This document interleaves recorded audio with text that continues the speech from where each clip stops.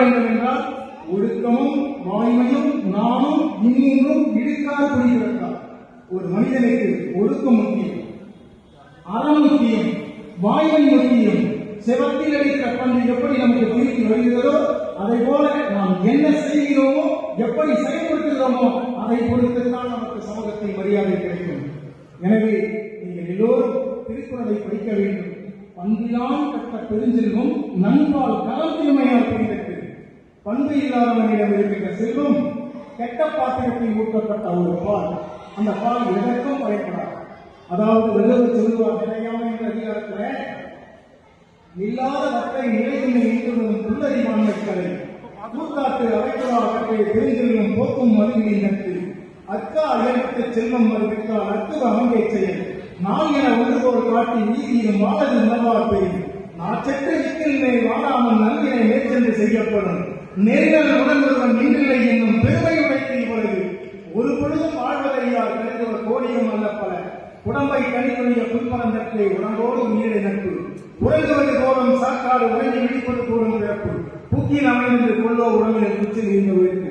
நீங்க வீட்டில் போய் நிலையாமைய அதிகாரத்தை படிச்சு பாருங்க. உங்களுடைய வாழ்க்கை சரித்திர புகழினை அறிந்திருவார். வான்கூடல் புள்ளிவர் இது நான் இயற்றிய தமிழுக்காக பாடம். நான் உங்களால் தெய்வங்கள் வாய்மொழியில் பேசிடும் அதனால் கொண்டாடட்டும் தேன்போல் இனிப்பானது தேசமெங்கும் பிள்ளைகளுக்கு கொண்டு நாம் சேர்த்தால் வளரிய தலைமுறை கிடைக்கும் நிற்கும். தேபோல் திரு நாவலர் தமிழெண்ணை மொழி தரகின்றவர் அவர் கரம் பிடித்து நாம் அறியாத பல தகவல்கள். தமிழில் உள்ள நூல்களிலேயே சிறப்பிடம் பெற்ற நூல் திருக்குறள். இது மனித வாழ்வின் முக்கிய அங்கமாகிய அறம், பொருள், இன்பம் அல்லது காமம் ஆகிய பற்றியவற்றை விளக்கும் நூல். இந்நூலை இயற்றியவர் திருவள்ளுவர் என்று அனைவருக்கும் தெரியும். இந்த திருக்குறளை பற்றி சில அரிய தகவல்களை திருக்குறள் முதலில் அச்சிடப்பட்ட வந்து 1812. திருக்குறளின் முதல் பெயர் முப்பால். திருக்குறளில் உள்ள அதிகாரங்கள் 133. திருக்குறள் அறத்திற்காலில் உள்ள குறட்பாக்கள் 380. திருக்குறள் பொருட்பாலில் உள்ள குறட்பாக்கள் 700. திருக்குறள் காமத்துப்பாலில் உள்ள குறட்பாக்கள் 250. திருக்குறளில் உள்ள மொத்த குறட்பாக்கள் 1330. திருக்குறள் அகரத்தில் தொடங்கி நகரத்தில் முடிகிறது. திருக்குறளில் உள்ள சொற்கள் 14,000. திருக்குறளில் உள்ள மொத்த எழுத்துக்கள் 42,194. திருக்குறளில் தமிழ் எழுத்துக்கள் 247. 37 எழுத்துக்கள் மட்டுமே இடம்பெறவில்லை. திருக்குறளில் இடம்பெறும் இருமலர்கள் அனிச்சம் குவளை. திருக்குறளில் இடம்பெறும் ஒரே படம் நெருஞ்சி படம். திருக்குறளில் இடம்பெறும் ஒரே விதை குன்றிமணி. திருக்குறளில் பயன்படுத்தப்படாத ஒரே உயிரெழுத்து ஔ. திருக்குறளில் இருமுறை வரும் ஒரே அதிகாரம் குறிப்பிடுகிறது. திருக்குறளில் இடம்பெற்ற 2 மரங்கள் பனை மூங்கில். திருக்குறளில் அதிகம் பயன்படுத்தப்பட்ட 1705 ஒரே எழுத்து நீ. திருக்குறளில் ஒரு முறை மட்டும் பயன்படுத்தப்பட்ட 2 எழுத்துக்கள் நீ நா. திருக்குறளில் இடம்பெறாத 2 சொற்கள் தமிழ் கடவுள். திருக்குறள் முதலில் ரசித்தவர் தந்தை ஞானப்பிரகாசர். திருக்குறளுக்கு முதலில் உரை எழுதியவர் நாட்டுவர். திருக்குறளை முதலில் ஆங்கிலத்தில் மொழிபெயர்த்தவர் ஜி.யு. திருக்குறளின் உரையாசிரியர்கள் 10வது உரையாசிரியர் பரிமையாளர்கள்.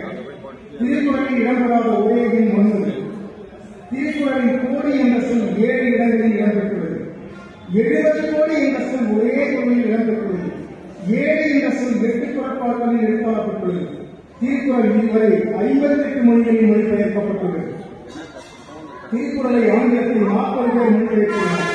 திருக்குறள் நரிக்குறவர் பேசும் வகுப்போடி மொழியிலும் மொழிபெயர்க்கப்பட்டது. திருக்குறள் என்ன? தானே மொழியிலிருந்து தந்தமையின் மென்குரலால் ஆனா அறமுதலா அந்நான்கும் ஏனோருக்கு ஊழியின் உரைக்காக்கும் ஒன்னில் மொழியிற்கும் வாழி உலகை எண்ணாக்கும் மற்று என்பது திருக்குறள். 3வது இடத்திலே டாக்டர் அம்பேத்கர், 4வது இடத்திலே கார்ல் மார்க்ஸ்.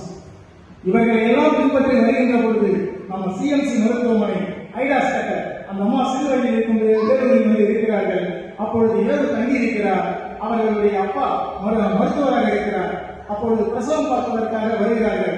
பிரசவம் பார்க்கின்ற பொழுது என்னுடைய மனைவி பிரசவத்துக்கு ஆண் பிரசவம் எங்கள் சமூகத்தை ஏற்றுக்கொள்ள முடியாது என்று சொல்கிறார்கள். ஒரு முஸ்லீம் மொழிகிறார், அதையே சொல்கிறார்கள். அந்த மறுநாள் காலையில் அவங்க இறந்து போகிறாங்க. பெண் பிள்ளைகளை படிக்க வைக்க மாட்டாங்களா, ஆனா பிரசவம் பார்க்கறதுக்கு ஆண்களை அனுமதிக்க மாட்டாங்களாம். என்ன சமுதாயம் என்று மனம் நூந்து ஐடாஸ்கர் அமெரிக்காவிலே போய் படித்துவிட்டு வேலூர் வந்து ஒரு சிஎம்சி மருத்துவமனை 40 பெட்டுகளோடு ஆரம்பிக்கப்பட்டது. இந்த ஆலமரமோடு வளர்ந்திருக்கிறது. ஆனால் அந்த பணிபுரிவர்கள் எல்லாம் நம் மக்கள். ஆனால் நம் மக்கள் செய்த தவறு மருத்துவத்தை அதற்கு முன்னாடி எல்லாம் போகும்பொழுது மருத்துவத்துக்கு முதலில் பணம் கட்ட சொல்ல மாட்டாங்க. முதலில் சிகிச்சை பெற்றுவிட்டு அதுக்கப்புறம் பணம் கட்டுவார்கள். இங்கே இருப்பவர்கள் சிகிச்சை எடுத்துக்கொண்டு பணம் கட்டாமல் வருவதனால் இன்று என்ன செய்திருக்கிறார்கள்? முதலில் பணத்தை கட்ட அதுக்கப்புறம் சிகிச்சை அவங்க நம்ம பக்கம் சொல்லுறாங்க. வந்து சிறப்பான ஒரு உன்னத சேவை. எங்கோ பிறந்த ஒரு யோசனை அன்னை தெரேசா அவர்கள் கல்கத்தாவில் வந்து மிஷனரிஸ் ஆஃப் சேரிட்டி என்று ஒரு அமைப்பை ஏற்படுத்தி இந்த சமுதாயத்திற்காக செய்தார். அவர்கள் பிறந்த நாட்டிலே அவங்க அம்மா இறந்துட்டாங்க. இறந்துற பொழுது அந்த நாட்டு அதிபர் சொல்கிறார், அன்னை தெரேசா வரலாம், ஆனால் அவர்கள் தாயோட இறுதிச் சடங்கை பார்க்கணும். ஆனால் அவர்கள் இந்த நாட்டை விட்டு வெளியே போக அனுமதி கிடையாது என்று சொல்கிறார்கள். அப்பொழுது என்ன அவர்கள் அறந்தீங்க, மற்றது ஒன்றும் தாள் பொன்றார்கள். இளைஞர்களாக உள்ளவர்கள் நாளை பார்த்துக் கொள்ளலாம் என்று இல்லாமல் இன்று முதலே நல்ல அறப்பணிகளை செய்ய வேண்டும். நீ வாழும் காலத்திலே எச்சரிக்கையால் நீ காக்க அமர்த்தாமல் நீ சாகும் பொழுது நான் நல்லது செய்ய போகிறேன் என்று வந்தால் அதனால் என்ன பயன்? வள்ளலார் சொல்லுவார், கங்கையிலே காவிரியிலே 100 முறை உதவி கணக்கற்ற திருக்கோயில் வாழ்க்கையை சுற்றி வெண்கொடியே பல நோன்பு ஏற்று உடலை வருத்தி வேதங்கள் கூறுகின்ற யாகமெல்லாம் செய்து பங்கமெல்லாம் வேலையேற்று பணவல்லி கண்டு பசுபதனை பூசித்து அதன் கழிவை உண்டு தயவில்லா சத்தியமாய் முத்தியரை அடையார். நீ இரக்கம் இருக்க வேண்டும். இரக்கம் இருந்தால் மட்டுமே நீ முக்தி அடைய முடியும். சும்மா நான் காசிக்கு போறேன், நான் ராமேஸ்வரம் போறேன், நான் கடலுக்கு போகிறேன், நான் எதுவுமே கிடையாது. வள்ளுவர் சொல்லுவார், வீணால் தவறாமை நன்றாற்றி நற்பொருவன் வாழ்நாள் வழியை கொண்ட ஒரு நாள் தவறாமல் எவன் ஒருவன் நல்ல அறப்பணிகளை செய்து வருகிறானோ அவனுக்கு அந்த பிறவி என்ற பணியை அந்த அறம் என்று சொன்னார். இந்தியர்கள் ஆளப்பட வேண்டிய கூட்டம் இருக்கவே ஆட்சி செய்வதற்கு தகுதியற்ற கூட்டம் என்று பிரிட்டிஷ் பிரதமர் வின்சென்ட் சர்ச்சில் சொல்வதை உண்மை என்று ஒவ்வொரு சமூகமும் எடுத்துக் கொண்டிருக்கிறது. இன்று வரி உணவுக்கு போடுகிறார்கள். அந்த உணவுக்கு வள்ளுவர் சொல்லுகிறார், வேலோடு நின்றான் விடி என்பது போலும் தோளோடு நின்றான் இரவு. மக்களிடம் வரி வசூலிப்பது என்றால் மலர்களில் உள்ள தேனை வந்து எப்படி அதற்கு வலிக்காமல் எடுக்கிறதோ அதை போல எடுக்க வேண்டும். ஆனால் இன்றைய அரசாங்கம், மத்திய அரசாங்கம், மாநில அரசாங்கம் உணவுக்கு போயிட்டு வரியை விதிக்கிறது. இந்த நாட்டோட முதியருக்கு உழவு. வள்ளுவர் அதனால்தான் உழவுக்கு முக்கியத்துவம் தருகிறார். அதனால்தான் என்ன சொல்வார், உழுவார் உலகத்தாக்கு ஆணியற்கு ஆற்றாது எழுவாத எல்லாம் பொறுத்து உழவு தொழிலுக்கு முக்கியத்துவம். ஆனால் பொருளாதாரம் படித்த மன்மோகன் சிங்கிற்கும் அவருடைய அருமை தெரியவில்லை, பொருளாதாரம் படிக்காதவனுக்கும் தெரியவில்லை. ஒரு நாடு நல்லா இருக்க வேண்டுமானால் விவசாயிகளும் நெசவாளிகளும் நன்றாக இருக்க வேண்டும் என்று அன்றைய வள்ளுவருக்கு தெரிந்திருக்கிறது. இந்த சமுதாயத்துக்காக இந்த தொலைநோக்கு பார்வையோடு சிந்தித்தவர்கள் ஒரு சிலர். அது முதலாவது நாம் இயற்கையாவே நல்ல காலத்துல நல்ல குடும்பத்தை வீட்டில் இருக்கிறவங்களா பணத்துக்கு முக்கியத்துவம் தர மாட்டாங்க, அறத்துக்கு முக்கியத்துவம் தருவோம். பணத்தை ஊசி சமானம் மதிப்பாங்க. அதே நம்ம நமக்கு வந்து இருக்கிறது. அதாவது திருக்குறள் வந்து அன்பினால் எல்லாம் நமக்குரிய நன்முறையால் இன்பமுடைய பிறகு என்ற திருக்குறளை படித்துவிட்டு நானும் என்னுடைய தாயாரும் என்னுடைய நண்பர் செல்வமும் 2002 சிஎம்சி மருத்துவமனைக்கு கண்குறையும் உடற்குறையும் கொடுத்தோம். என்னுடைய தாயார் 2018 இறந்தார். அவருக்கு 1330 பிறப்பாக்களையும் பாடி சிவபுராணம், நடராஜர் பற்று, ஔவையார் பாடல், வள்ளலார் பாடல், பட்டினத்தார் பாடல் பாடி சிஎம்சி மருத்துவமனைக்கு கண்களையும் உடலையும் தானமாக கொடுத்தேன். என்னை அந்த உடல் தானம் செய்வதற்கு 2000 வருடங்களுக்கு முன்பே மருத்துவக் கல்லூரி ஆராய்ச்சிக்கு உடல் தேவைப்படுகிறது என்பதை முற்கால் உணர்ந்தவன் வள்ளுவன். அந்த வள்ளுவன் கடைபிடித்து நீ நடந்தால் உன் வாழ்க்கை ஒளிமயமாகும், உன் வாழ்க்கை நேர் செயலாக நடக்கும். உன் வாழ்க்கையை நீ திருக்குறள் வழியில் நடப்பாயானால் எதிரிகள் மீண்டும் பேசுவதற்கு அச்சப்படுவார்கள். உட்கப்படால் ஒளியிழப்பர் இன்னாலும் கற்காதல் கொண்டு விரும்புவார்.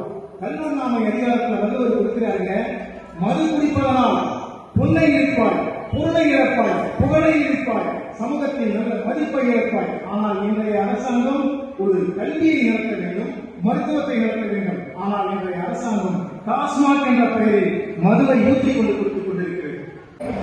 ஊருடை நீரிழந்தே உலகமாம் பேரடி வாழ்க்கை.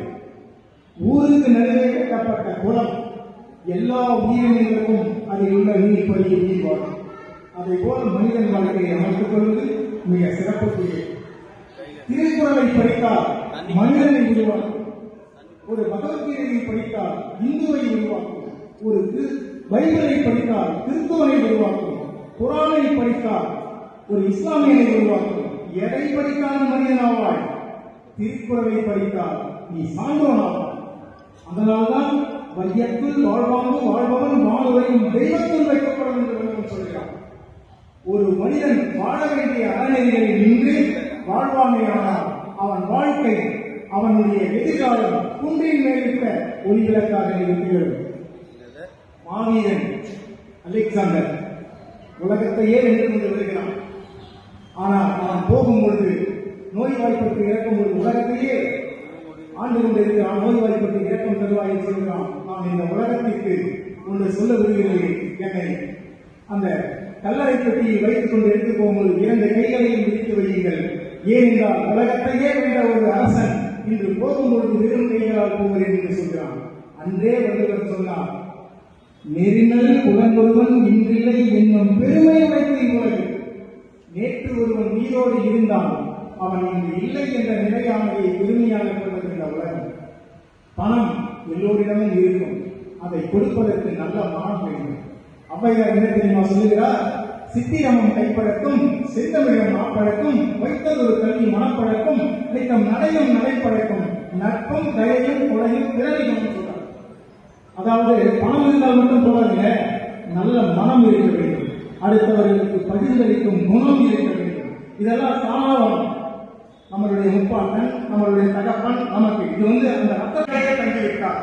அந்த அளவுக்கு உங்களில் எத்தனை பேர் டாக்டர் அம்பேத்கராகவோ தந்தை பெரியாராகவோ நீங்கள் காரல் மார்க்ஸாவோ ஒரு ஆப்ரகாம் லிங்கனாகவோ புத்தராகவோ எனக்கு தெரியாது. மாணவ செல்வங்களை நேரம் கூடிக்கொண்டிருப்பதனால் நான் முடிக்க முயற்சிக்கிறேன். நீங்கள் அனைவரும் நன்றாக படித்து அறிவுடையார், எல்லாம் உடையார், அறிவியார், என்னுடைய என்ற குரல் போல் நீங்கள் அனைவரும் இந்த நிகழ்ச்சியை கலந்து கொண்டவர்கள். ஐயத்தில் வாழ்பவன் வானுரையும் தெய்வத்தில் வைக்கப்படும். ஆள் போல் கலைத்து அருகு போல் வேரூன்றி முற்றம் முசியாமல் மூங்கில் போல் திருக்குறள் தந்த திருவள்ளுவர் போல் ஆத்திச்சூடி தந்த அவையை போல் 16 செல்வங்கள் சிறப்போடு பெற்று அறம் தவறாமல் பல்லாண்டு வாழ அனைவருக்கும் திருக்குறள் வாழ்த்துக்கள். நன்றி. விடைபெறுகிறேன்.